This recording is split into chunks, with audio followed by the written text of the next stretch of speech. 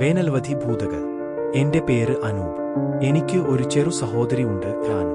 വേനലവധിക്കായി ഞങ്ങൾ അമ്മാവന്റെ പഴയ വീട്ടിലേക്ക് പോയി. ആ വീട് മലമുകളിൽ കാടിനുള്ളിൽ. രാത്രി കുരുവികളുടെ ശബ്ദം മാത്രം കേൾക്കും.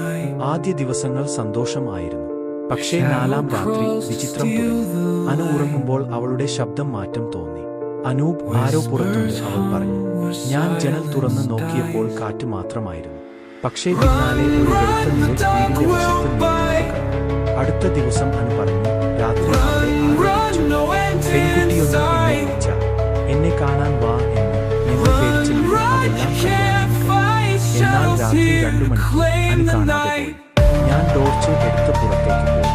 കാട്ടിൽ നിന്ന് വെള്ളവസ്ത്രം ധരിച്ച ഒരു പെൺകുട്ടി കണ്ടു. നീളമുള്ള മുടി മുഖത്തിൽ. അവൾ അനുവിനെ പിടിച്ച് നിൽക്കുകയായിരുന്നു. ഞാൻ വിളിച്ചു, അനു. അപ്പോൾ അവൾ തലപൊക്കി നോക്കി. മുഖം ഇല്ലായിരുന്നു. കുഴിയുള്ള കണ്ണുകൾ, കറുത്തവായ ശബ്ദം, തണുത്ത കാറ്റുപോലെ.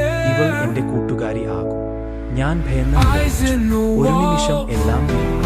ഞാൻ കണ്ണു തുറന്നപ്പോൾ ഞാൻ വീട്ടിൽ. അമ്മ കരയുന്നു. അനു കിടക്കി ബോധരഹിതയായി. അന്നു മുതൽ അനു സംസാരിച്ചിട്ടില്ല. രാത്രിയിൽ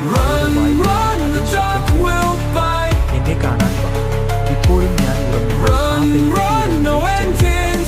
വേനൽവധിയൊക്കെ. പക്ഷേ ആ വീടിന്റെ തണുപ്പ് ഇന്നും എന്റെ മനസ്സിൽ നിന്ന്